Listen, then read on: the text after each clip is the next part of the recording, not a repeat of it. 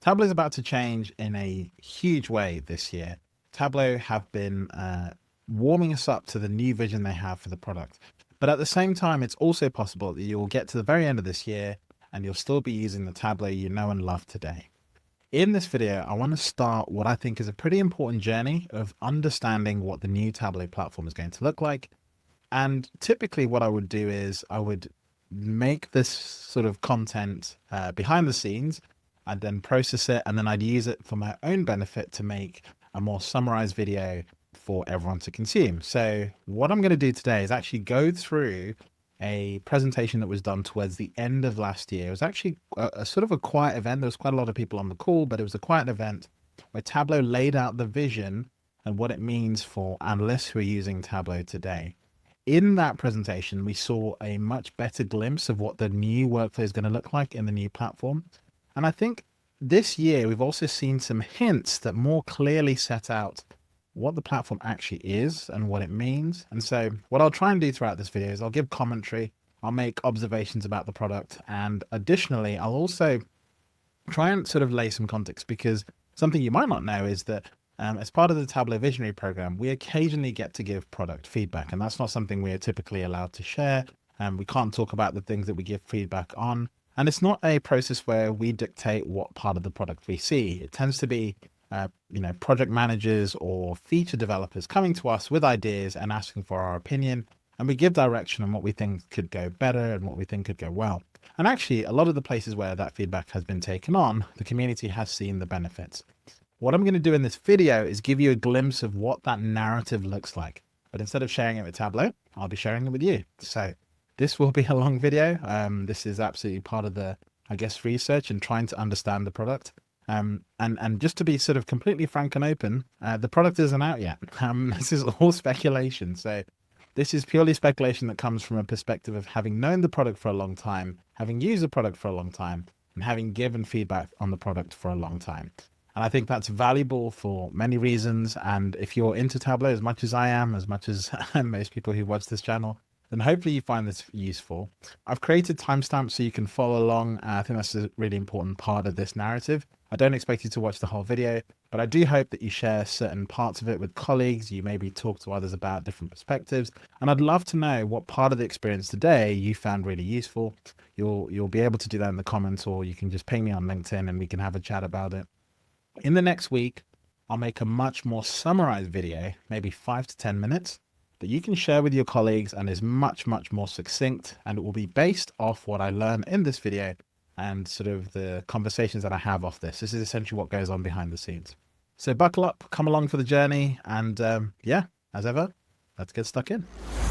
I want to get right into the product right from the beginning. But as you know, with every Tableau showcase like this, Tableau will do some sort of a scene setting. And I think in this session, Ryan actually opens the session. And he talks a bit about Tableau, the community. So I'm not actually going to sort of play through this. Sorry, Ryan, but I think it's important to go some of the key highlights that he talks through. They're the same highlights that I think we've all seen before. So if I just sort of go back, we have the forward-looking statement, which is absolutely fine. And as every Tableau, event like this, there's always a thank you at the very beginning. And then as we go through, there's obviously a homage to the community. I think Salesforce really understands the community has opinions about the product. I think this slide is actually useful because if you pay attention over time, you'll notice these numbers are changing. And I think they show the continued momentum that Tableau has. I know it's very easy to dunk on the incumbent. It's very easy for people with cheaper software to say, I don't understand why Tableau is so expensive. But at the same time, there's also this community that actually enjoys using the product and gets a lot of value from it. And I think that's a healthy tension to have. If you have really passionate users, they push and they challenge the product even more. And that's what we have in this session. That's what we're doing in this video. So whilst the community always comes up, I think it's an important dynamic that keeps Salesforce honest in here. So let's go ahead and skip forward a little bit. Ryan talks a little bit about the community. And then we go to I get a little bit of frame setting here. So Ryan has, ChatGPT Windows very much set in the context. I doubt he needed ChatGPT to answer this. But, what is the ultimate goal of business intelligence? And he's using a modern version of ChatGPT here, ChatGPT 4.0. Kind of interesting. Why can he ask this inside of Tableau Agent? Anyway, if we kind of skip ahead. He comes up with these values, and these values make a ton of sense. Let me move this little play bar down here. And I think this is fine. You know, Tableau did this in the previous keynote. They talked about multiple waves of analytics.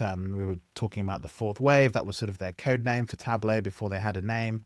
The name changes, unfortunately, have been quite frequent, so it's been hard to keep up. We'll talk about this a little bit later. But once he sets the scene here, he then sort of tees up Salesforce's understanding of this. So if I fast forward a little bit here, we have the slide that me and Ravi like to call Mind the Gap. This slide with like two cliff faces on the other side, you know, challenges remain, AI on the right hand side. This idea of the gap has been in like every Tableau conference for the last like 4 years. So whenever I see this, and whenever I'm chatting to Ravi, I always go, mind the gap, because in the UK, that's the sound they play before a train comes through the platform. I'll put some sort of audio on here. But nonetheless, we have the slide. It comes up. It basically portrays the gap between, I guess, the reality and the desire. You know, where we are today in terms of analytics, in terms of teams, how we use data, and where we want to get to, and actually the promise of AI being that thing that can get us across the other side. I'm not here to sort of discuss whether that's true or not. I'm just sort of relaying the story. Okay. And so we then go to, I guess, the proposition that Agentforce, this digital labor platform, this is a Salesforce wide initiative, is this thing to get us there. Now you have to understand that Tableau is a product that is part of the Salesforce ecosystem. So whenever Salesforce has a big push for the year, that becomes the push for all products. All products have to sort of find their home underneath that umbrella. And this year it's Agentforce. And so as a result of that, we have everything framed in the context of Agentforce. Agentforce sits behind this idea of agentic AI. I recently did a video breaking down sort of Tableau's journey to AI up until, I guess, the beginning of 2025. Go ahead and check that out, because I really break down some of, I think, the weaknesses of that perspective, but also some possible strengths and where I think that could go in the future. But in essence, Salesforce frame everything under that banner. So we have these sort of core tenets: trusted, easy to deploy, humans in the loop, zero hold time, integrated and open. And they really kind of want to set this sort of vision of Tableau being at the heart of this ecosystem. And so that's essentially what this slide is. Whether you're a customer or a data analyst, wherever you are in this sort of data cloud or this ecosystem, you know, Tableau playing an important role in enabling you to achieve your goals. Now, the thing about this is it's actually probably the first diagram. You might not sort of be familiar with this diagram, but it's quite a common sort of slide we see in the Salesforce ecosystem.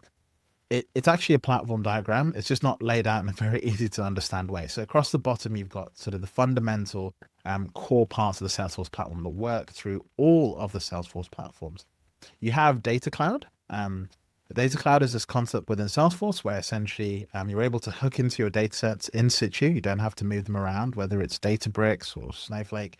Everything works in a sort of a zero copy architecture here. That's the data cloud system. You're able to build out those semantic models behind the scenes. And, you know, according to Tableau and Salesforce, the semantic model is now available. We'll come to a slide about that in a second. Then you've got Tableau that wraps around that as part of the Customer 360, essentially the analytical part of that Customer 360. And then you have Agentforce, which is essentially a bunch of agents that sit around this platform.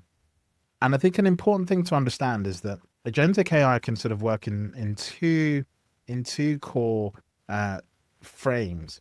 You can have the kind of agentic AI where the AI sort of goes from the very beginning to the end of the experience. And you can have this other more granular agentic AI, which is some parts of the experience are delivered by AI. And I think where we are today is the latter one. You can see here there are this sort of narrative of lots of different types of agents which are customized and good at doing specific things. You have a support call agent, you have a chat, a bot agent, you have an analytics agent, all these agents doing small parts as part of the bigger ecosystem. And so I think that's important to call out. So if we carry on here, what we then get is a little bit more of a framing of when to expect. And I think this is actually a pivotal slide because for me, it's the first time I start to see when I'm going to be able to play around with the new Tableau. And it also sets the context of what we should expect this year.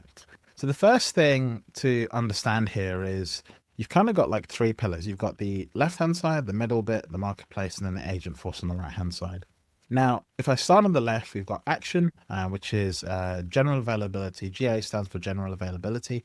That's June 25. That's right after conference.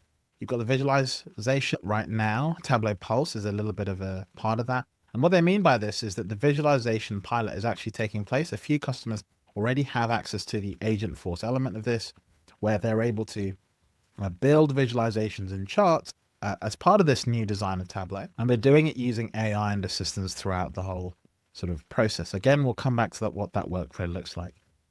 Following that, you've got Tableau Semantics. This is already generally available in February 25. To be brutally honest with you, I don't know what this is. So I'm going to do my best to find out what that is in the coming weeks. But it's available apparently, so we can go ahead and start to maybe discuss that a little bit more soon. It's not part of the 25.1 release, so I think more clarity on that would be great. And then you've got the data layer, which is essentially what I talked about before, which was the data cloud, essentially the zero copy architecture and the ability to build semantic models within the data cloud that you can then call upon and in one click create Tableau data sources from. That's kind of available now. It's not a workflow that many people use because you have to do it through the Salesforce ecosystem, but it's strictly speaking, it's available and you can start to use it. You've got the marketplace in the middle. That's coming October 25, so much more towards the end of the year. And so everything on the left is happening very soon. Marketplace happening towards the end of the year. And you've got Agentforce on the right-hand side without any dates. We have to assume that's also coming this year. And on the right, we've got essentially these components of taking actions with pre-built skills. So the 4 skills are data prepare and visualize, a concierge, enable trusted data question and answer, inspector, deliver proactive insights, so the ability to look into your data and sort of give you insights ahead of time, analytical apps, build solutions for action. So these are essentially dashboards in the new framing, but they're calling them apps here in this specific context. Then you've got the ability to enrich Agentforce. So you've got the Sales Cloud agents, the Service Cloud agents, and then other cloud agents from the Salesforce ecosystem feeding into this ecosystem. Okay, this is sort of a framing of where and when all of these things are sort of going to come in. So if we go ahead, this is sort of where we have Matt Miller. Now, Matt Miller is Senior Product Management at Tableau. He typically has been doing the demos for this new version of Tableau. So anytime you see Matt, you can guarantee he is pitching the new thing, the new platform, the new vision for Tableau. And so for the next 36 minutes, he basically goes through a demo. And this is essentially what I want to play through. So I will play through it and I'll try and keep the volume low so that you can hear me over what Matt is saying, but I'll also try and pause it as we go through this so we can have a bit of time just to settle and understand sort of what we're looking at. And I will pause at various moments just to sort of break it down in a little bit more detail, because again, I have some context, but I'm going to share only the context that I know is public. I have to sort of toe a party line. And as I've said before, to be just completely frank and transparent, this isn't the first time I'm seeing this. It's by no means, the last time I'll see it as well, if that makes sense. So I have to be sort of very open and frank to say, look, I've seen some of this well before it was announced today as part of my role in the community. But then also just I think that will help inform the way that I break this down in a way that Tableau, I think, would agree is honest with the product that they're sharing. So let's hit play and see where we are. Transformation that's happening recently, it lets us make a huge leap forward. And so everyone can see, understand, and act on data easier, better, and faster. So what are these new skills that we are adding in Tableau? Well, first of all, I have to say, for me as a let's say kind of old school guy who learned how to program on a computer that plugged into a TV, it was a mindset shift for me. And so because I went through this, maybe I'll share my journey a little bit to help explain how I think about these things. Like in the old way, when we added a feature to Tableau, we had to code it explicitly with like, if X is greater than this, then else. In other words, the software didn't do anything for us until we told it to, and it didn't do anything until we explicitly spelled out what we want. But this new technology is so broadly capable that we can leverage it simply by sometimes explaining, just as you talk to a colleague, what it is that you want to achieve and apply your business knowledge, and it can do the rest. So I'll give you an example. My teenagers are responsible for cleaning the kitchen in our home. And so if they say they've done the dishes, I go and check the kitchen. And like I've got a standard. It's like there's no dishes left in the sink and the knives are cleaned and put away and the counters have been wiped off. And so we have a system where if they do their chores enough times in a week, they get their allowance. And so, yes, I visualize this in Tableau. Now, this may make me sound like a great parent or a terrible parent. I don't know. I'm just trying to see, understand, and act on parenting. But recently, I decided I wanted to play with this technology myself. And so I built them an agent. I trained an agent to help them with this. I kid you not. So I explained to it what my business definition of a clean kitchen was. There's no dishes in the sink. The knives are cleaned and put away, and the counters are clean. So now my kids can actually converse with this agent. They can ask it questions like, am I done?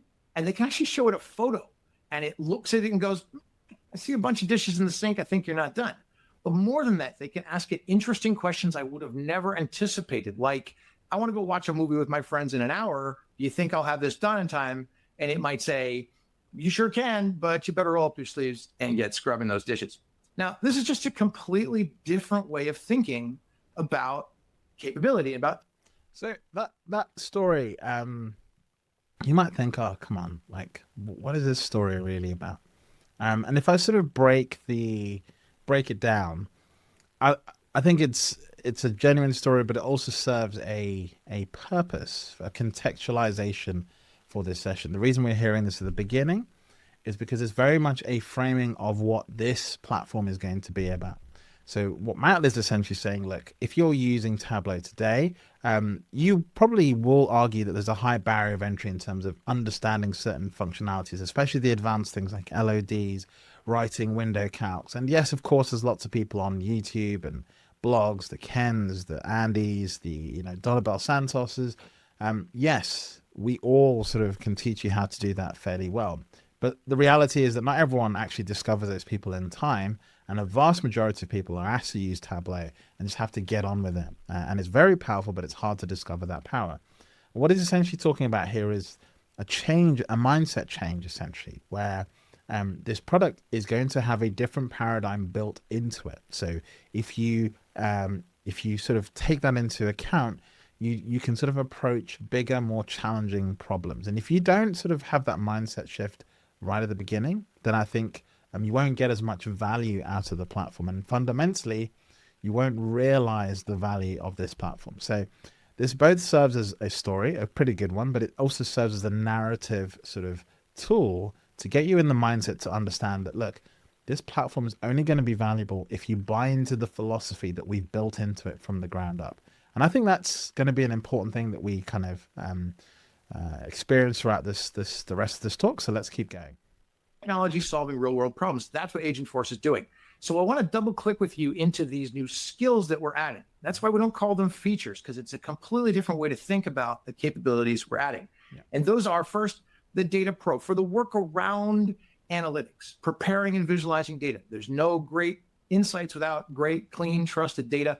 And those are the biggest parts often of analytics. The concierge, think of this like your personal assistant, like the smartest analyst you know, that you can ask and get trusted responses, not made up, but really backed by the real, the truth of your data and your business understanding. The inspector, like Ryan said, it's the one sort of working in the background, finding insights proactively. Completely different paradigm to analytics than just, it doesn't do anything till I ask it a question, finds insights even while you're sleeping. And then the last piece is how you scale that with analytical apps. So I get to show you all this, and we're going to jump into that first. But first, I wanted to show you. I think that was a good framing.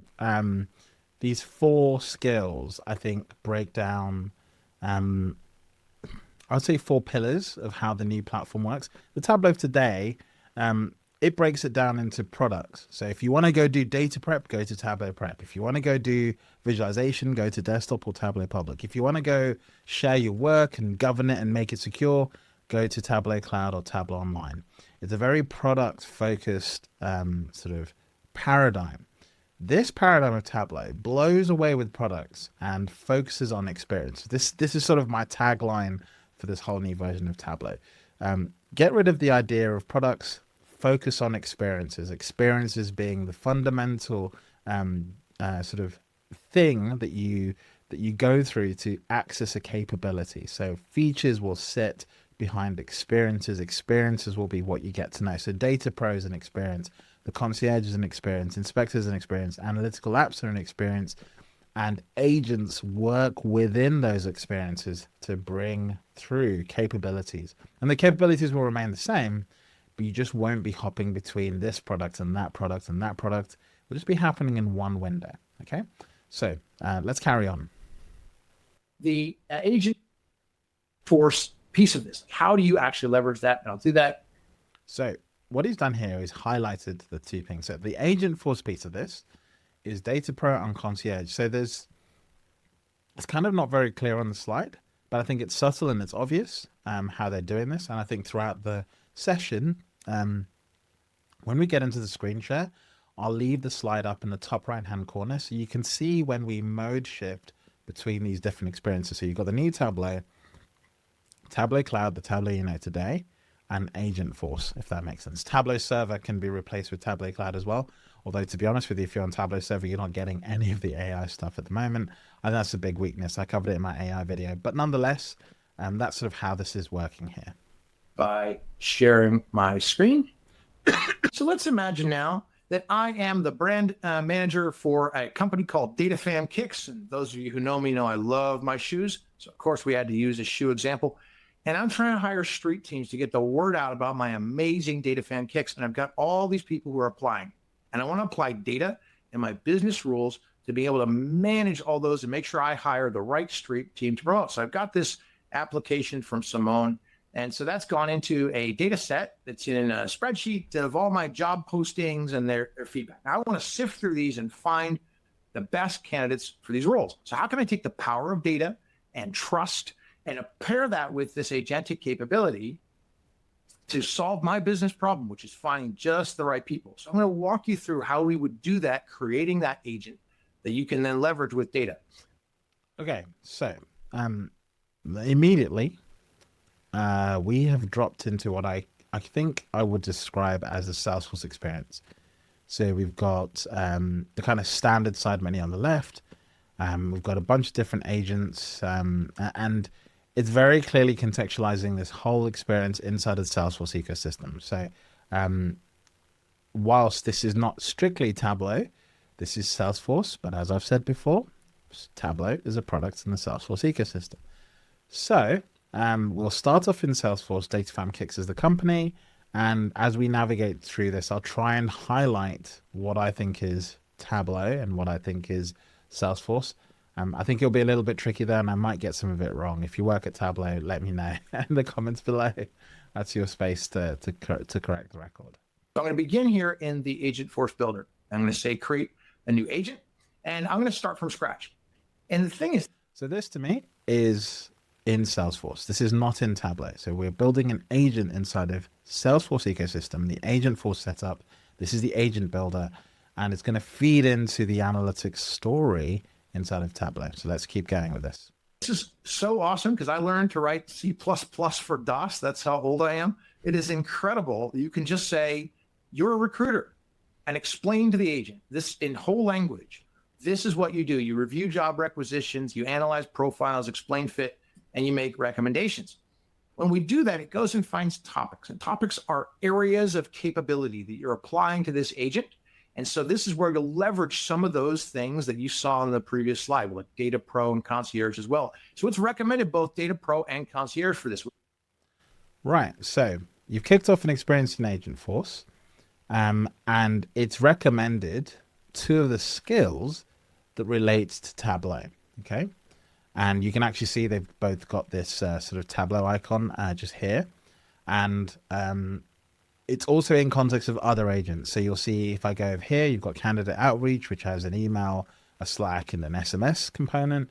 You've got appointment scheduling, which has an email and a Slack scheduling component. That's the service agent. You've got lead development agent. That's coming from sort of the pipeline gen element of Salesforce. But fundamentally here, you've got 2 channels and Slack as well, and 6 actions. So the Agentforce sort of ecosystem has skills. The skills can be used by an agent, and your agent can employ a series of these skills to achieve actions throughout the Salesforce ecosystem. That's sort of the best framing and understanding that I can give you today. I hope it's right. I hope it's sort of true to the product. And anyway, let's keep going. Makes sense. There's some chewing of the data, processing the data that has to happen, and also the ability to answer questions about it. And I can tune exactly which of the actions I want this agent to be able to do. Right. So we talked about skills. The actions, I think, are slightly different. So it's not clear to me off the top of my head, but the way some of these agents work is they have to be given very narrow confines. And so what these actions suggest is that they are specific things. So generate a visualization is a type of action. Build dashboards, a type of action. Analyze dashboard, type of action. Analyze metric. Use semantic data model. Send Slack notification. That's a different type of action inside of a different sort of ecosystem. And so you can tick some of these actions, and so actions sit within a skill. I'm already struggling to explain this, but there is a little bit of a hierarchy that's developing here. Let me sort of finish playing off this section, and then maybe it'll become a little bit more clear. I'm building dashboards, generating visualizations. My goal is to expose this in a way that my colleagues can communicate with it through Slack. And so probably using the semantic data model and generating visualizations are the actions that make the most sense. And it has taken my really minimal prompt and turned that into these instructions, which I can then tune and refine. So I'll say next because those look good. That's what I want. And I define how we're going to interact with this agent. And I'm going to do that through Slack, but that could be through any other channel. It's really I think this interaction thing is actually quite powerful because if you're a Tableau user, actually getting some of these interactions into your analytics workflow has actually been quite difficult.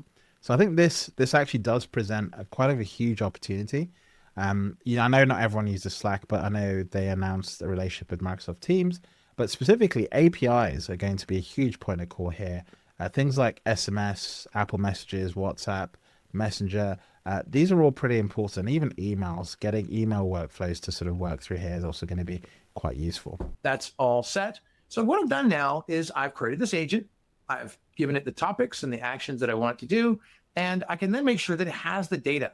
This is the power of Tableau. These are Tableau data sources on all that information, but they can also be other things like my document about what defines a clean kitchen that I wrote up in a Google Doc and attached to the agent. You can attach the qualitative stuff that defines, here's the kind of profile we're looking for. Here's the kind of culture we're trying to build. All right.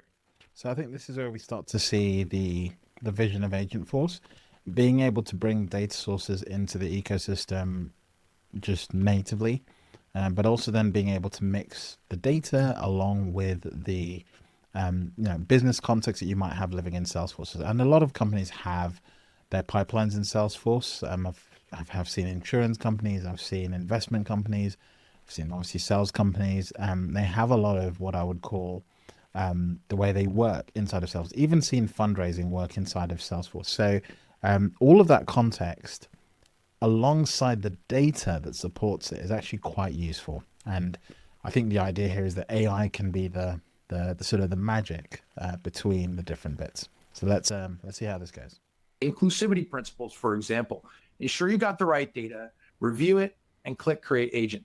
Now it's time to validate that this does what I want. So I can ask it a question here in this test environment. Let's just ask it a simple descriptive question here once I click in. And the simple question I want to ask is, how many active candidates do I have? So this is seems like a simple piece of math. Like this should be easy to do. But actually, there's a little bit of nuance here. So how many active candidates is actually an answer that differs. I was talking with a colleague yesterday who worked in HR analytics. How do you define what an active candidate is? It actually differs from business to business, right, depending on whether you're hiring for a flex workforce or you're hiring for W-2 or full-time employment. Maybe your definition of an active candidate is one who has already gone through a phone screen and a panel interview, and that's an active candidate. Or maybe your definition of an active candidate is they've done a phone screen and you've been in touch with them in the last 7 days. Whatever your business definition is, that gets applied here so that when we say active candidate and somebody else sees an answer for active candidate, we're talking about the same thing. We're singing from the same sheet of music. And we know this is trusted because it's backed by certified data in Tableau. So this looks... Okay, so that's quite sort of important context. So we've asked the question, the agent's gone and found the data source inside of Tableau. And what we get here is, think of this like a pulse card. Tableau Pulse has these sort of metrics. It's very similar to that. It maybe isn't that, but it could easily be a pulse metric with an additional bit that we don't have today, which is a description, a semantic description of that specific metric. So active candidates predicted to reach 65 at the end of the current month. More details in the recruitment dashboard. The semantic description is what we get up here. The brand ambassador role has been open for 2 months. Since then, you've received 68 applications with 57 active candidates. Notice it didn't open a new window with a chart. That's sort of the traditional Tableau. You ask a question, boom, you get a chart out. That's pretty much what's happened inside of Slack. That's what has historically happened throughout the Tableau platform. It builds a chart inside of the view. Instead, we're staying in the conversational context, and we're still only just testing the agent in this particular case. Fantastic. I want to activate this agent. So now how do we use this practically and deploy this? Well, we set this thing up as a Slack-centric agent. So let's go take a look at how that looks. So now I'm in Slack and I'm got a channel where we're working on recruiting these brand ambassadors. And I can simply just ask this agent, what are the top 3 candidates for this brand ambassador role? You send that message, and right there in the chat in front of everybody else, agent responds immediately with all the information. It's a data-driven recommendation. 92% match sounds good, but I want to know what's behind that. So that's interesting because obviously in the agent building experience, we saw the pulse card kind of thing. Here we see a sort of native experience inside of Slack where it's, I think, digging into the data source and bringing in more context through that data source that we have inside of Tableau. So it's essentially pulling out this context. And I'm assuming these percentages would have been pre-computed in the data source. So it's not like it's generating them on the fly. AI isn't doing some sort of magic here, but it's essentially just pulling them through. But the agent has made it easy for someone in Slack who's maybe not familiar with the Tableau data source to just go and get an answer without having to go build a dashboard and bring that context immediately here. Now, I'm up for this because, frankly, a lot of business users don't care for dashboards. They don't care for having to go into the platform and extract the answer and build a nice chart. They don't even care for opening a dashboard to get the answer right there for themselves. They might not even care enough to even open up Tableau Pulse and go and get it. Instead, just having it immediately go to them in the context is great. Now, not everyone works in Slack. I totally get that. Microsoft Teams is probably where a lot of people have to work in that business context.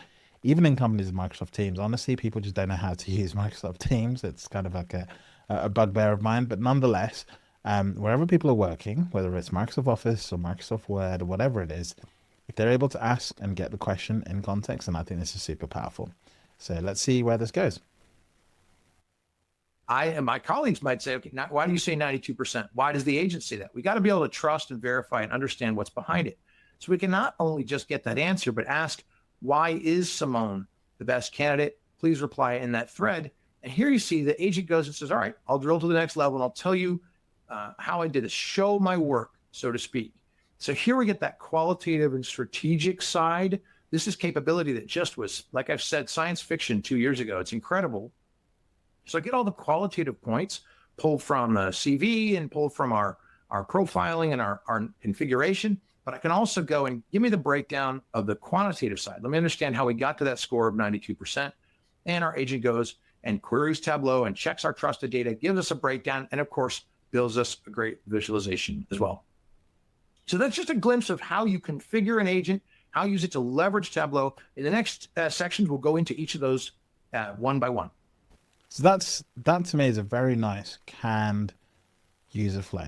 Yes, it's grounded in Slack, but you could easily see how that experience can be grounded in some other communication service within a company, whether it's Microsoft Teams. You could even see how potentially this could work inside of like a team-centric version of WhatsApp or whatever it is. To be honest, I don't know where people do their conversations. I please don't say emails because that's not a conversation platform. But nonetheless, you get the context. It's I think it's quite easy to set up. So I think this has set up the flow. You build an agent, it gets access to your Tableau data sources. Those Tableau data sources are trusted and verified, hopefully by a data engineer who knows how to build those data sets. Once those are trusted and verified, the AI is able to peruse that data source with some guardrails about what it wants. You obviously got to ask good questions. You've then got to understand what a good follow-up question is. But you get that sort of interaction here in Slack, being able to reply specifically in a thread, and it pulls off a side piece, and you get this sort of candidate match score, 92% for this one person. Again, looks a bit like Tableau Pulse with a bit of semantic description, an actual chart, and it's the same sort of, let's say, pattern that we've seen in Tableau Pulse. So really easy to follow. And if this is how the rest of this demo goes, then great. But there's of course a ton more about the Tableau ecosystem that's not in here. So let's find out how that all works. Okay, so what we're going to do in the next section is we're going to look at that data pro skill specifically. How does that show up and help me in the work that I'm doing? Okay, so immediately I'm just going to stop here and talk about this, because this is the Viz building experience. They call it the Data Pro experience inside of this new ecosystem. So when you go to build something yourself, you'll be building it in this experience. Now, it's a much, much lighter experience. And this could be one of two things. This is still an early development version, so it hasn't got all the sort of density of all the features that you'd expect. And I think that's going to be deliberate. I think this experience, as Matt has said before, isn't designed to be this sort of, Swiss Army knife to every single problem. Instead, it's a much more refined vision of, right, people are just coming in here to build quick solutions, build answers. Let's take away all that sort of complexity in how people build stuff. Let's bring in some interactive elements like images and make it easy to do certain chart types. Let's just design nice charts on behalf of everyone so they don't have to do all that work themselves. But let's still use columns and rows and keep everything familiar. So you've still got the marks pane. You've still got the columns and rows up here. You've got filters, pages, marks. There's no parameters area here because maybe we haven't created one, and that's maybe not contextual to this specific view. But at the very top, you see this new concept of something called a workspace. And I think Matt will go into that in a minute. But you can see that the workspace sets the context. So you've got mentions by channel. You've got a few sort of an action bar here at the top. And my hunch is that probably changes based on the context of what you're building. You've got metrics, calculated field, and cloud objects as well. So cloud objects are essentially tables in the data cloud.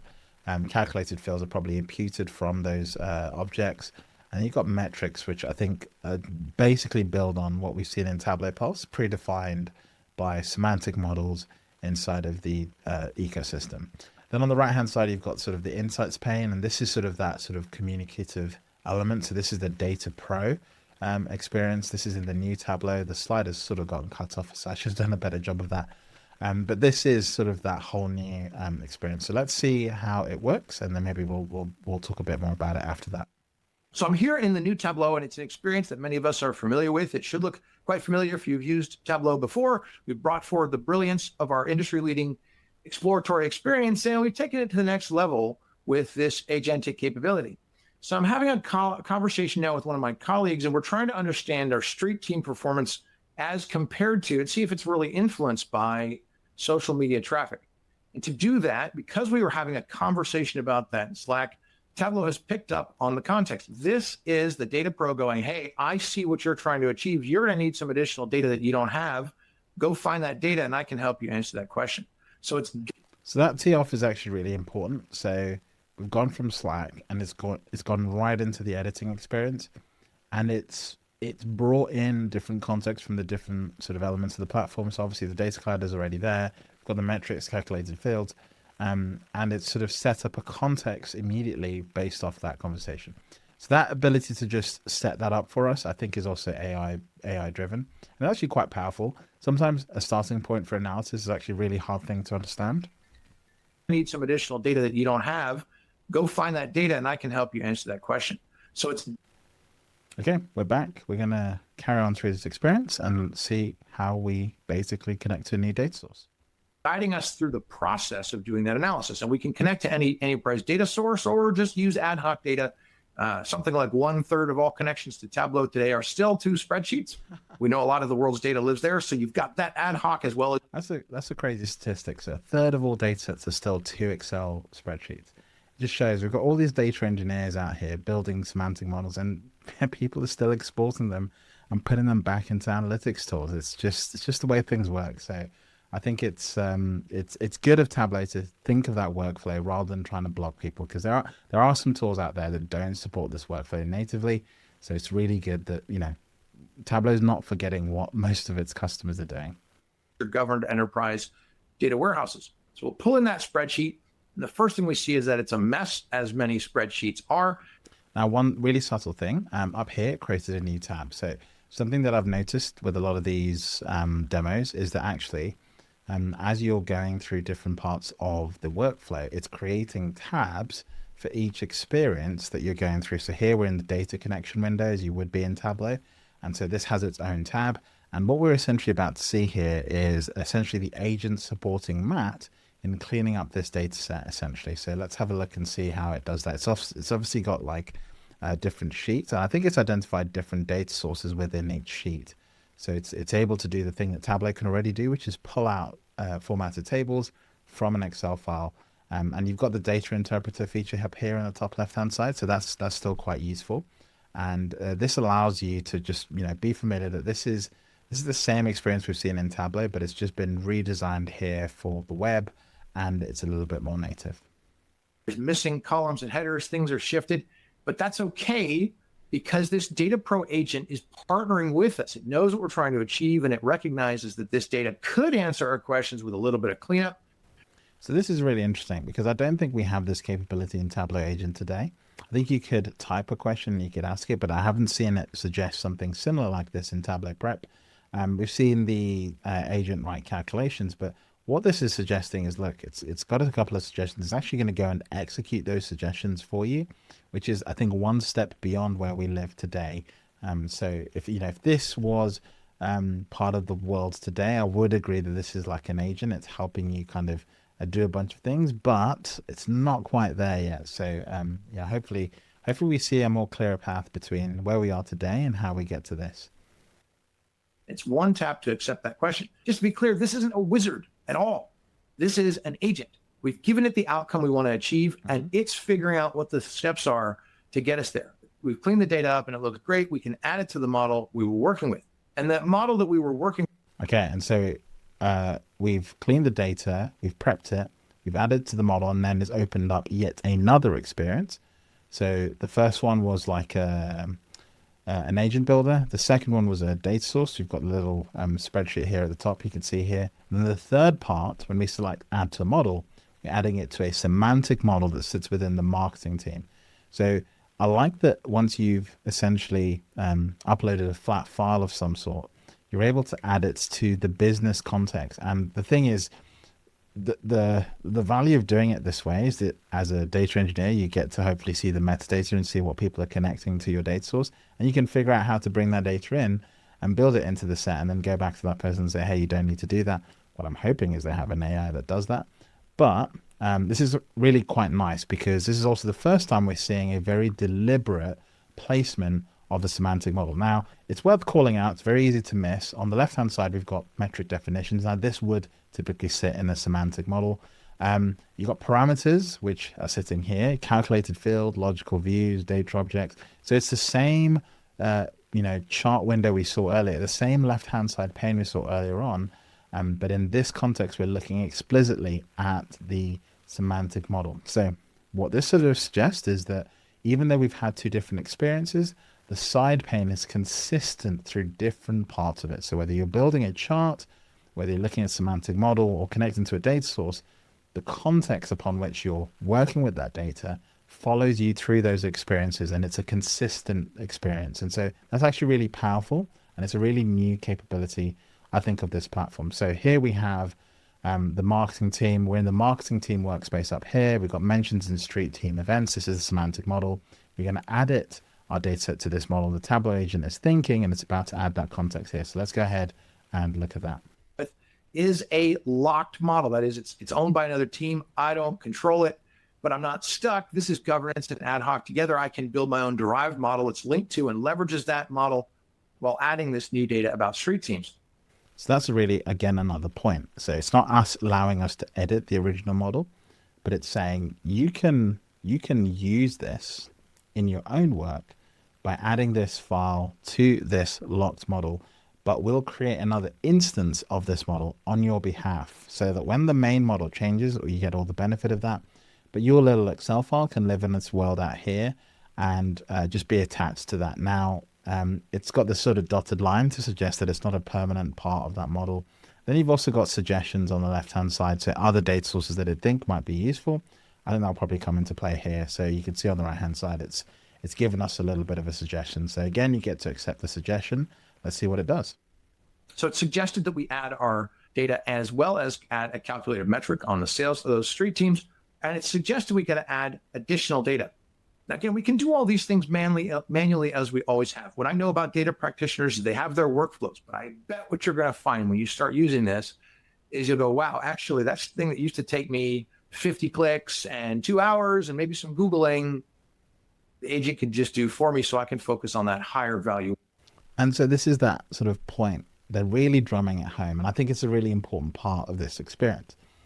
I could have done all that work. And in some cases, I will argue this is a demo. So it's really hard to know how we got here. My experience of using Tableau Agent today hasn't been as few conversational points as this. My experience has been typing a lot of things, going back and forth, getting it wrong. And, I'm 6 or 7 questions in and we still haven't maybe achieved a very basic thing like building a chart. This experience of Agent is, I think, a lot more aspirational. I hope Tableau can achieve this very soon because it proves 2 things. It's actually quite capable. It doesn't need you to keep asking it to do stuff.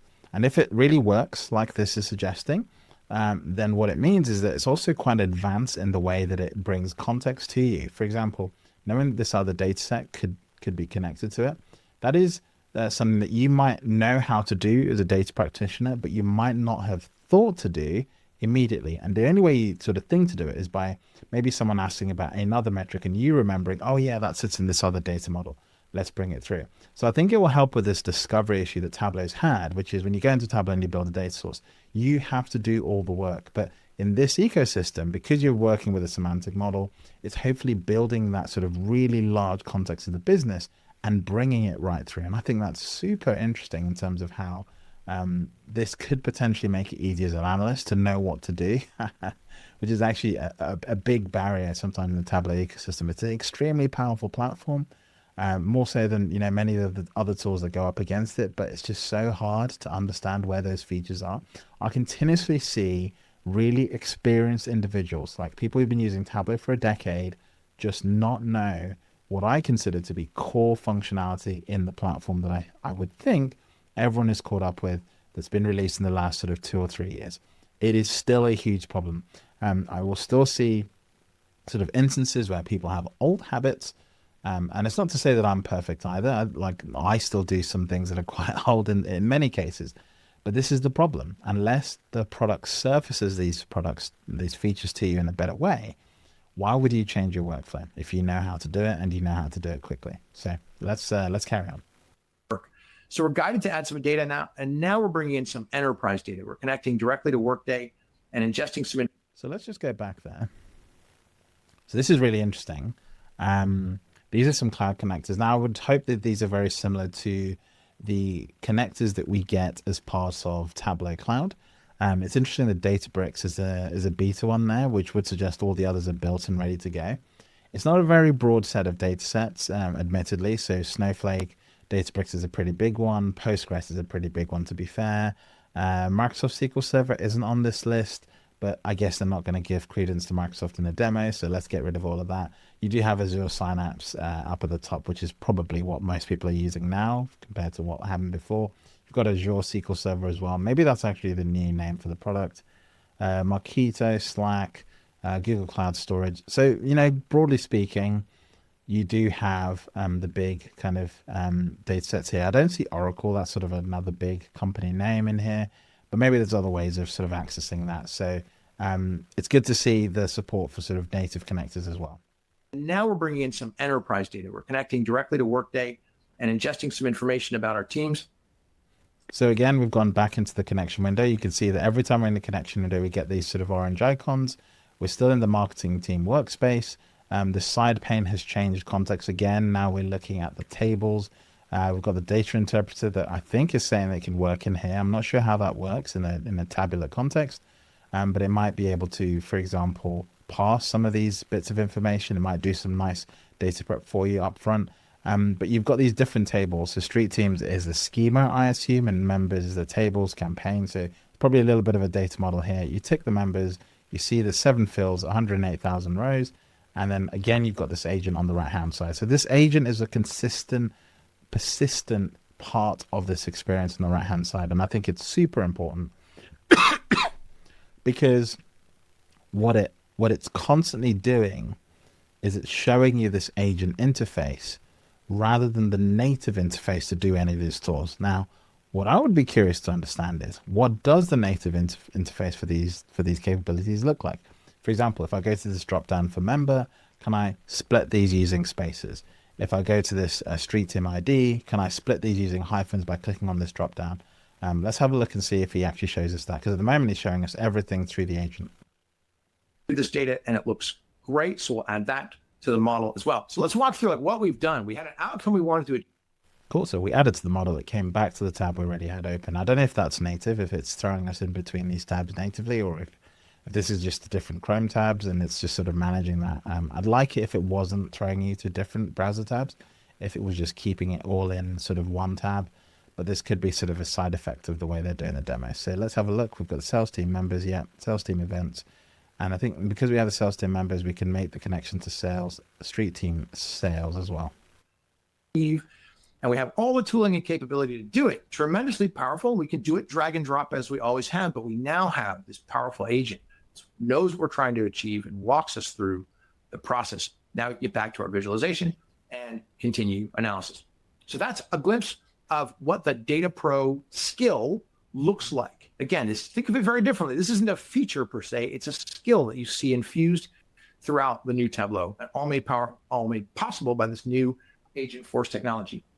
Now, what's really interesting at the top here is you have this option to test the model and the ability to set something as well. So I wonder what that is in relation to the semantic model, but it feels like that's encapsulated this Data Pro sort of experience. So Data Pro is essentially the ability to go connect to data, visualize it very quickly and bring it together and build semantic models. That's essentially the capability, and the Tableau agent is able to take that skill and make the most of it, and it can drive that experience for you.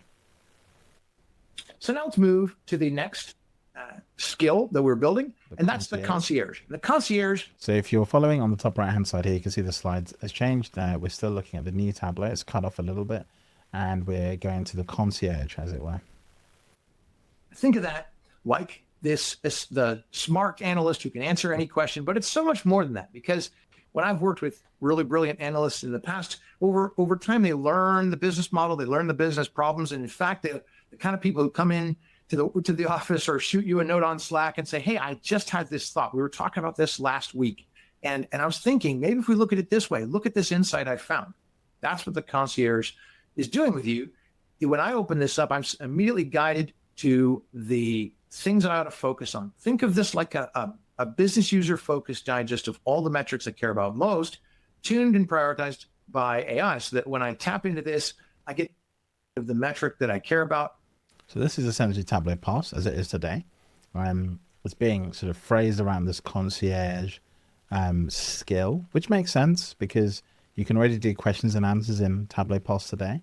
But I think this framing of a concierge as a skill makes a little bit of sense. So let's see how this sort of plays through.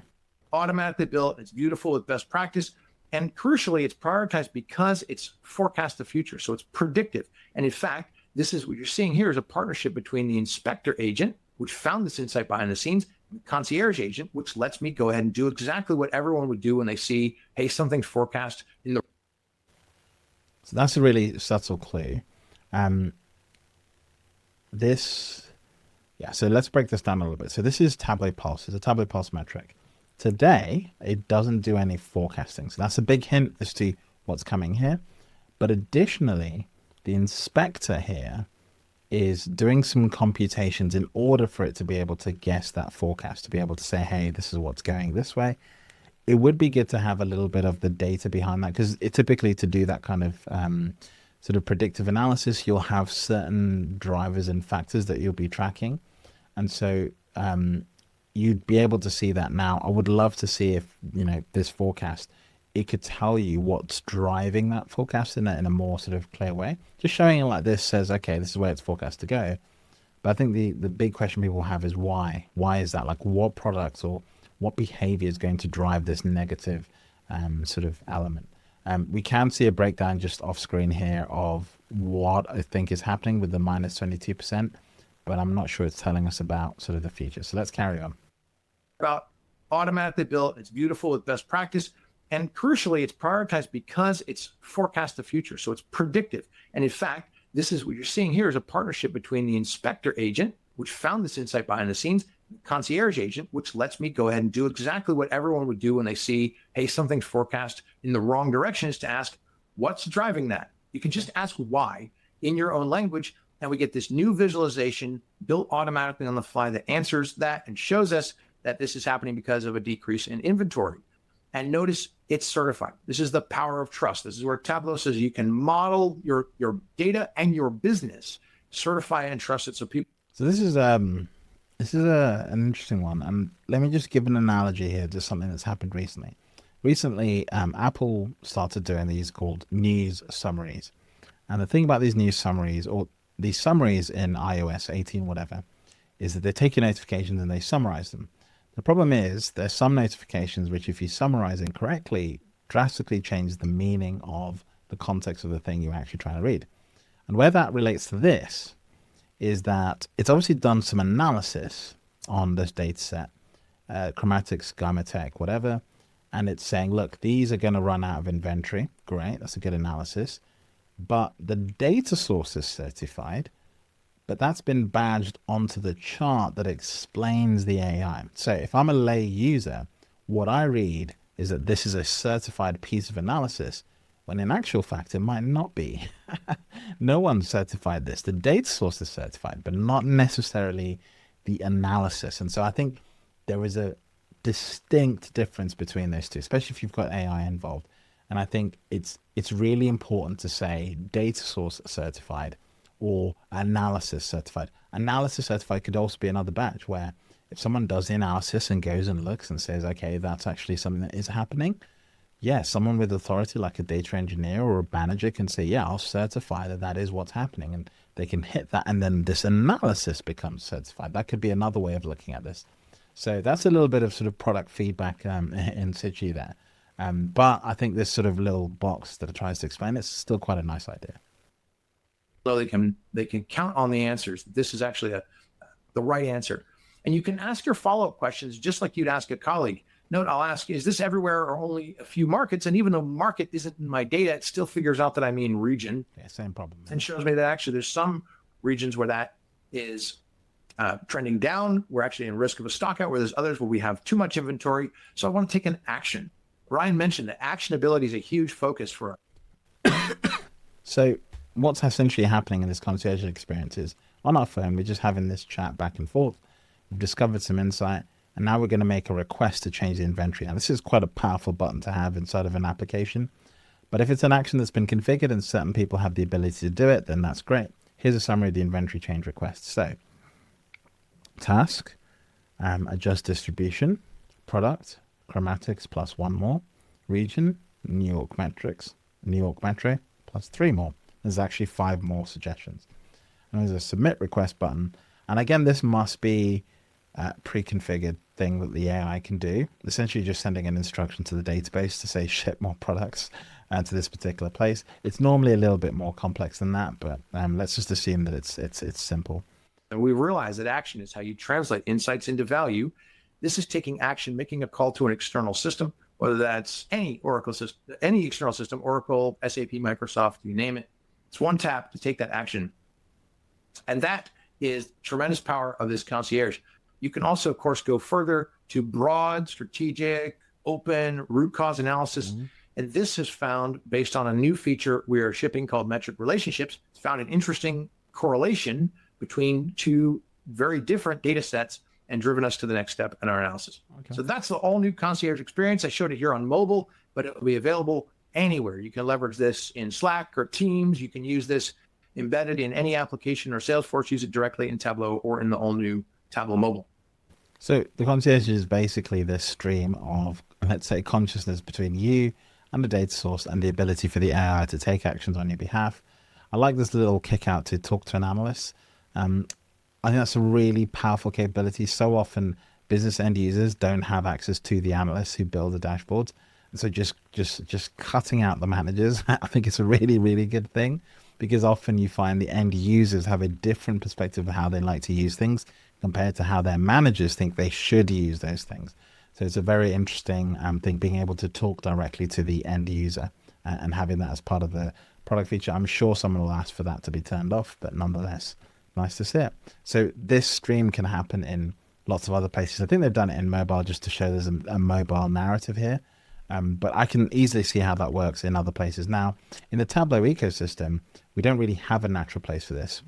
This would be mobile. This is the Tableau mobile app. There's obviously Slack, but inside of the Tableau cloud place, we don't really have like a concierge chat window. The closest thing to that is the search box. So potentially the homepage will need to change to reflect these sort of insights coming to you, and then you kicking off this discussion, this concierge sort of Q&A session over on the right-hand side, or maybe as a central part of the window. All right, so that's our second new agent that we're working on, the concierge. The third is the inspector. So this is the one working behind the scenes to find interesting insights. And this opens some really cool possibilities. Remember, the old model of BI, the old model of technology is the software sits there and does nothing until you tell it to. And you got to tell it the right way and get the right drag and drop to get your answer. In the new world, the insights come to you. So let's check that out. So now I'm working in Tableau and I'm dragging and dropping. I'm trying to understand this relationship that I was looking at in the previous section between social media mentions and street team sales. And what I noticed is actually that I can interact and drag and drop as I always have. So if I want to drill in and take this data from the product level, look down at the individual street team level, I can just drag and drop that onto detail as I always have, and interact with the viz. So this is really interesting. I can see there's clearly some kind of a correlation. There's some street teams here in the kind of top right quadrant that are really outperforming. And there's obviously, whether causal or not, there's some kind of correlation between sales and mentions. Before I do anything else, though, I notice that there's this insight that's been detected. And this is really, really powerful. Now, if you've used Tableau for a while, you might be familiar with the set feature, which lets you, in the middle of analysis, lasso or select a group of marks and put them together into a set, or define that with a formula. And for years, we've heard customer feedback saying, we want to use that feature. We want to save the outcome of analysis. We found this really interesting cohort. We want to use it elsewhere outside of Tableau. That's what a segment is. Check this out. The inspector has actually detected that segment automatically. So I'm going to say view, and it'll actually show me the segment that it's identified. It's found this top right quadrant is a cohort of top performing street teams, and it's suggesting that we create this as a segment. So this is really nice because sets exist in Tableau today, but they kind of live within a workbook and they don't really make it to the platform in a meaningful way. If you wanted to get that set across other workbooks, you'd have to recreate it a little bit, and you know, there's no clean way of sort of transporting them in between assets. This is actually a really good idea. Again, there's a little bit of iconology to suggest that the segments are going to be supported part of the semantic model. So you'll be able to add a segment and then track that segment across maybe different models where the same customer identifiers have been defined. But this is a really nice thing. Now, again, we're doing all of this in the side agent, and this is the thing we haven't seen. And maybe this is why I struggle to sort of connect with this, which is I'd love to see the manual way of doing these things as well. Because if I have the choice, then I think this is going to be really powerful. If I have the choice, because there's some things here where I know what to do, so I can do it quicker than I can type in this box on the right hand side. So I can just go boom, boom, boom, boom, boom, done. But in other cases, I don't know what to do.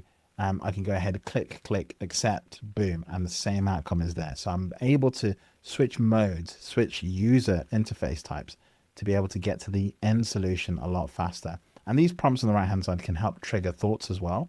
And maybe interesting thoughts, maybe trigger conversation. Say, you can see here, you can connect with marketing on Slack to say, hey, can I create the segment? Does it tend to work? And I think that's what he's about to do here. This is actually quite smart. So we can continue that conversation now outside of Tableau, which is exactly what would happen. You'd use Tableau, you'd find this insight, and then you'd probably go make a presentation about it, or put this in a document, or Slack your boss and go, look at what I found. Now you can leverage that. So this segment that we found of top performing street teams, we can bring into a conversation in Slack or Teams or wherever. And we simply say, exactly as we'd ask a colleague, we say, hey, I was analyzing the data on street teams and I found this top performing segment. Should we publish it so we can better target them? Well, let's ask that question. Our colleague says, yes, that sounds great. Let's use that segment to target them with a bonus and leverage that in some other system like Workday. So you can see we used the conversational experience to find some interesting insights. We used the drag and drop experience powered by an agent. The inspector agent then found this interesting segment that we should use. We brought that back into conversation, and we're going to use that somewhere else to drive some gratitude bonuses for our street teams. Really seamless, the data and the analytics working together with all the rest of the ways and places we work. And so we can publish that segment directly here from Slack and go on and use that in other applications or back in Tableau as a cohort for further analysis. Really, really cool. I think we're bringing together the worlds of analysis with the rest of the ways and places that we work. All right. Last but not least, let's talk about scaling this out with analytical apps. So the inspector is basically this thing that's able to look at your data and pull out insights and then like kind of act on your behalf. So it's essentially monitoring and looking out for trends. It's a bit like Explain Data today, where it's able to sort of dig behind the data source, but it's doing it proactively without you having to click on a data point or click on a set of values and then get it to explain what's going on. Very often, when we find some kind of an interesting insight, the next step from that is we got to roll this out to people. Let's say I find some interesting insight about in-store sales. Well, I probably want to put that in some kind of an analytical app that all my store managers. So this is an interesting term, and this is not just Tableau doing this. Quite a lot of companies at the moment are pivoting away from the term dashboards because they've got a bad rep and moving towards this concept of analytical apps because they want to imbue this concept that data is not just for consumption, it's also for taking action. And an app suggests that context of being able to take action. So this is an observation. Sigma is another tool that's moving towards analytical apps and applications, as they like to call it. But yeah, it's essentially what we know as today as a dashboard. Whether or not that name will live on, who knows? Store associates can use. How do we do that? Well, here I'm going back to this visualization we just landed on, powered by the agent. And I want to make this part of an analytical app that I roll out to my colleagues. To do that, we've created a whole new capability, a whole new experience called the Workspace. And it's this brilliant canvas that lets you see in one place all the ingredients of analytics, from data sources, transformations, metrics, visualizations, you name it. And so from here. So this is a sort of a running theme, and they've come to it last. But I think it's a really important thing because this, to me, in a video I did ages ago about the like perfect version of Tableau, I had a very similar concept, nowhere near as good as this, but it was the idea of atomizing the whole Tableau experience and allowing you to take those components anywhere you wanted in the ecosystem. And the Workspace is essentially that instantiation. It's this idea that there is a little bit of a hierarchy between all your assets, and you can actually make them modular regardless of where they live, what they do, and what stories they tell, and be able to reuse those assets in a lot of ways. And partly by design of how clean this whole setup is, and partly by actually removing and stripping out a lot of the identity that we tend to try and build into dashboards, by just making this all modular, making these metrics sort of cards, making these charts a sort of individual item, you're able to take these visualizations and bring them together into this sort of idea of a dashboard. And you can see that as he scrolled sort of down here, let's just go to the next thing. We had this hierarchy. So at the top, you had analytical apps, then you had visualizations, then you have data models, then you have prep flows, then you have data sources. So this whole hierarchy of assets, and your semantic models essentially live here in the model. So we've actually been working through this concept a little bit, and you can see all the different sort of data sets here at the bottom. We added this street teams events element. This was modified 2 minutes ago. Actually, very good accuracy on the demo here because that wasn't 2 minutes ago, but it was quite a bit ago. And all of these modifications that we've sort of been applying here are actually reflected here in this change. So good attention to detail there. But if we just go up, you can see this is basically the hierarchy. And you've got this ability to filter and set things out. So there could be multiple analytical apps here at the top for the marketing team.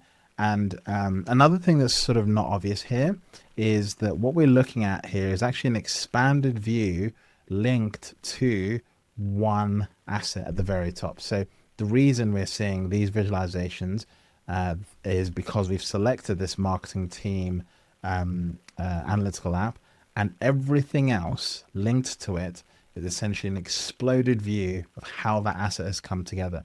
So the idea is if I was to, let's say, click on something like mentions, I would see all the analytical apps that use the term mentions, but then here at the bottom, I'd see only the models that feed mentions, and you sort of get this hierarchy building out. So it's not just a static thing where you have to see everything all at once.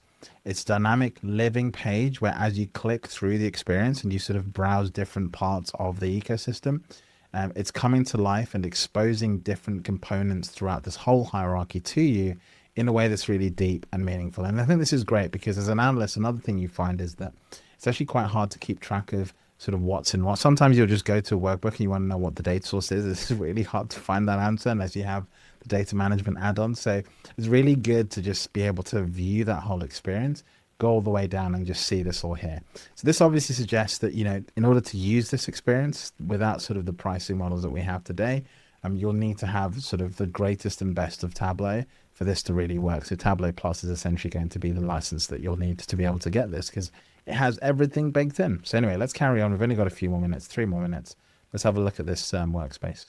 Transformations, metrics, visualizations, you name it. And so from here, we can go and build that app. But we can do that manually as always. We can drag and drop and configure freedom, flexibility, and choice. But I'm going to use the agent and I'm going to actually ask it exactly what I want to achieve. I'm going to say, can you build me an app for managing street teams? This is that analytical app builder agent. Okay. That we've trained on how you build analytical apps. It turns out that we have, in the years we've been doing this, 21 years, we've observed millions of dashboards. And so we've learned a thing or two from that. So we asked the agent, can you build an app for managing street teams? And it does. It goes and builds us a starter analytical app. Let's take a look and see if that's what we're looking for. So it shows us a preview of this app and it looks pretty good, but I want it to be styled in my corporate data fam kicks theme. That looks so great. I love that gradient. So I like this sort of nod to a few things. First of all, you've got layouts here at the top right-hand side. You've got themes. This is actually available in 25.1. This is the sort of the groundwork coming for this. Then you've got the metrics, the specific metrics it's gone and pulled in. So this is actually quite easy for it to do. Because if you have a decent semantic model, then you should be able to say, well, what kind of metrics make the most sense to support the management of this? And there's already some context because I'm already looking at the data. So if I ask this in the agent context, it should be possible for it to sort of narrow in just using the semantic model on what makes sense to see and then give some sort of hierarchy based on metadata of what people actually consume. And if you pair those two things together and you're a little bit half smart, I think you'll be able to figure this out very easily. The tough thing is the layout, and I'm not sort of dismissing how hard it is to set something like this up because there's obviously many different layouts and you could end up with something that's just a like massive big mess. So these sort of patterns on the right hand side that give you some sort of idea of the ways you can break down the layout, I think is quite good because it confines you a little bit. And that's the thing. Sometimes these sort of confinements can just focus your mind on getting the outcome rather than just playing around with colors, which is unfortunately what we tend to do a lot in Tableau Ecosystem because it's so hard to get repeatable results without sort of themes and styling. So yeah, this is really nice. Love those rounded corners. I don't think impressions is going to be really useful for my audience, so I'll deselect that. And I'm going to switch the layout again because I like that kind of 16:9 widescreen landscape. And with just a couple of clicks and with expressing what I wanted, Tableau and this new agent for analytical apps has gone and created a really awesome looking dashboard. But we want to take this to the next level. I'll hit create. Now I've got a dashboard, but we want to make this an analytical app, a dashboard that does something, and we want to power it with this new agentic technology. So I'll select this viz here in the top right, this scatter plot. I'll go to actions, and I'm going to add an action to this. This is how we we translate insight into value. So Salesforce actions already exist today. So this is like an enhancement of that feature, if that makes sense. Oops, I went to the wrong place. Let me just go back to where I was. There we go. Dashboard. But we want to make this an analytical app, a dashboard that does something, and we want to power it with this new agentic technology. So I'll select this viz here in the top right, this scatter plot. I'll go to actions, and I'm going to add an action to this. This is how we we translate insight into value through action. I'm going to add a recommend strategy action. This is such a different mindset than how I used to think about analytics, which is I got to put a button that updates a record. I got to put a button that sends an email. It's a very different way of thinking. This is this is our saying from this viz, I want to ask the agent to recommend a strategy. So what does that actually look like? Let's save this and take a look at it. So in practice now, one more thing. I got to show you what that actually looks like. This flow behind this is powered by Salesforce Flow. This is powered by the Agentforce technology. Configuring this is not necessarily a function of writing a whole bunch of code. You can do this with Pro Code, but you can build these with low code or even no code just by expressing in natural language what the capabilities are that you want. So we'll preview this. This is the action that I want to add. And we will then save this. And let's go see how this looks when we've published this app and used it. So practically speaking, I'm looking at these street teams and I realize there's a bunch of underperformers, some who are not doing a lot of digital mentions, they're not getting a lot of sales, and I want a strategy for what to do to help those street teams increase their game. So I lasso them, and I've got all the actions that I would normally take, like group, keep, exclude, publish segment, but now I have this recommend strategy action. Right. When I tap on that, that brings open the agent, pass it that data in context, and it says, hey, I see that you've selected these street teams. Based on this, I recommend the following training modules. I said that. So that's really like complex, right? Because you've got to have all that content ready to go. You're not going to have like 34 minutes of training ready to go. But maybe in the world of AI, you can create it on the fly, maybe. So that's an interesting piece of concept. I think there's a lot of tea in with Workday as well here. So I don't know if that's a capability in Workday to be able to do that. I'm not entirely sure. But I get how the action can actually make a ton of sense. You know, setting up capabilities and giving people the ability to hook those right into the ecosystems they use. Now, in reality, a lot of companies have dedicated systems for making these decisions. They're not always Salesforce. Salesforce is just a portal into some of those. A lot of companies also export data out of Salesforce into other data systems so they can make those decisions in a holistic way elsewhere. That's sort of literally why data analytics exists, because part of that movement of information is also movement of data. So sign them up for that training. Everybody's trying to figure out how to manage a workforce and transform a workforce in this new world. One of the powerful things about Salesforce is we have this whole Trailhead platform as well, where you can build that knowledge management. Tying that together with agents and with data, tremendously powerful combination. So that's the fourth of these new agents. Okay, and that's pretty much it. That's sort of the end of this demo. And so we got all four of the agents. And I think this was a very cohesive demo. There's something that happens when you watch these YouTube events, and maybe it's just me, but when you join these webinars, I feel like you do have to watch them 3 times. And it sounds ridiculous because it would suggest that it's not being delivered well at all. And that's not the case at all. You have to watch it 3 times because the first time you hear it, your brain is just essentially processing the new bits, and you're definitely distracted and you're definitely not paying attention to the detail. On the second pass, you start to process the information you took in the first watch, and as you're processing, you confirm your perceptions, you confirm your understanding, and so on and so forth. And then on the third watch, that is when you actually start to think openly and think, wow, what could I do? How could that work? How could I do this flow?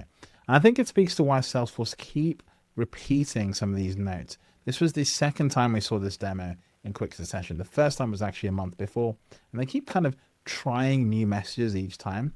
But I think there really is something in what I've just said, which is I often get the clearest idea of what Tableau is trying to do on the third or fourth watch of these videos, because I have to watch them again and understand them clearly in order to make content about them. So it's just it's like a side effect of sort of what I'm doing. I know no one has the time to watch what is essentially a 50-minute webinar 3 times over. That's basically half a working day. But I think there is something meaningful there. If you're a partner or if you're in the ecosystem and you're supposed to be teaching other people about this platform, it wouldn't hurt to watch this content multiple times to really start to get to understand why this is a big deal and why it changes. Because there's a philosophy in this presentation that, Tableau as a team can tell you what it is, but it's just not the same as having that view and opinion of yourself, like envisioning that workflow in your own eyes, in your own steps, so you can convey it to other people and just to tell them what it would feel like. Tableau build the product. They are not the primary users of the product they built. They dog food it, of course, but when they explain things, they're explaining it in their vision, but they've built the product. And so I think it's incumbent on everyone who's trying to teach this platform or share it with other people to be really this deep, 3 or 4 watches in order to be able to really understand some of the cues. And I don't just say that because I say that because I genuinely think for the first time in 20 years in the Tableau ecosystem, we need to re-explain the Tableau ecosystem from scratch. If you've written a book in the last, I don't know how long, 10 years about Tableau, it's not going to work in this platform because you have to explain the whole Salesforce context all over again.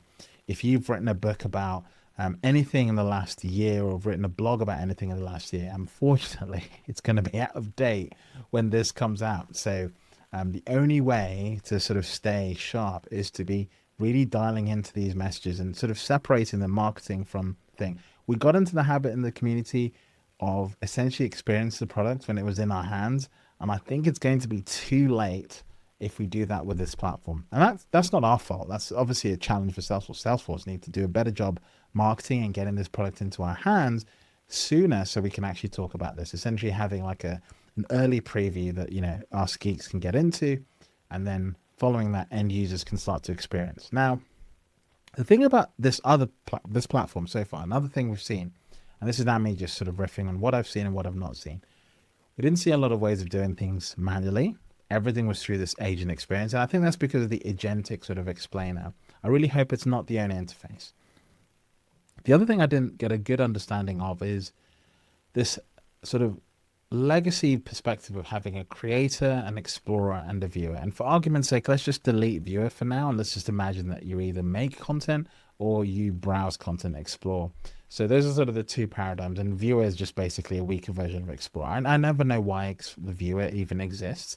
I just wish Tableau made explorer cheaper and got rid of viewer, and then they just made it easy for everyone to just consume Tableau. Just give everyone the features they need. But it didn't see much of that experience. And I wonder if because there is no delineation in this new platform between someone who's consuming and someone who's making things, because AI is the big equalizer that allows everyone who has access to be able to go and do things on the platform.